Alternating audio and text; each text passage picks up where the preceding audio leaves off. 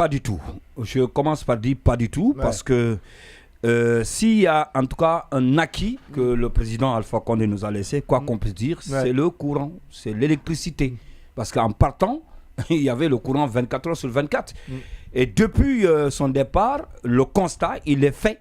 Nous sommes en train de vivre tous les jours et ça devient même de plus en plus grave. Bon, au moment donné, c'était des coupures d'1 heure de temps, 2 heures de temps. Aujourd'hui, c'est des coupures à répétition, de couper un peu. 10 heures, non, 24 heures. Vous étiez en train de parler 8 heures, 24 heures. Parfois, vous pouvez faire toute la journée. Moi, je peux faire parfois, il arrive des moments où je suis à la maison, vous pouvez faire toute la journée, il n'y a pas de courant. C'est des explications qu'il faut se demander. Parce qu'on nous avait promis, on nous avait promis que des explications allaient être données par EDG, ce qui n'est pas le cas. C'est vrai que la fois dernière, il y a une conférence de presse qui avait été organisée, qui avait été animée par les responsables de EDG, notamment celui qui est chargé, je pense, de la distribution. Mais jusqu'ici, la situation n'a pas changé. Et tout récemment, j'ai entendu... ça ne fait que se détériorer. Et tout récemment, on m'a dit que non, c'est dû, je ne sais pas. En tout cas, chaque jour, il y a quelque chose qu'on accuse. Si ce n'est pas la pluie, c'est le vent, ou encore c'est le climat.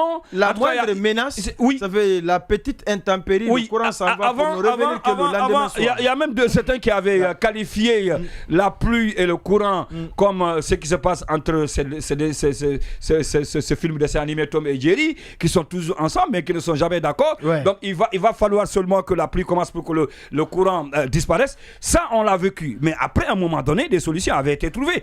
Quoi qu'on puisse dire, encore je reviens pour répéter qu'au temps d'Alpha Condé, le courant était là 24 heures sur 24. C'est un acquis quand même qu'il nous a laissé. Au moins de grâce. Si vous n'êtes pas justement, si vous n'êtes pas dans la capacité d'améliorer la desserte en électricité, mais de grâce, ce que vous avez trouvé, il ne faudrait pas quand même nous l'enlever. Et malheureusement, c'est cette situation qui se passe aujourd'hui, sans oublier les dégâts que cela peut causer, notamment la perte des élections des appareils électroménagers.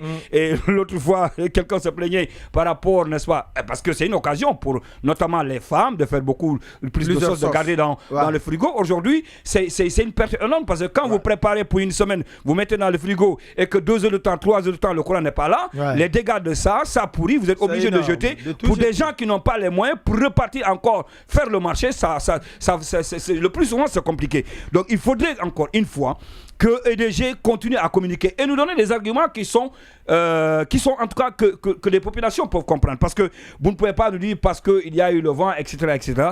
Ça ne tient pas la route. Il faudrait une fois encore de plus qu'on nous prenne au sérieux. C'est important.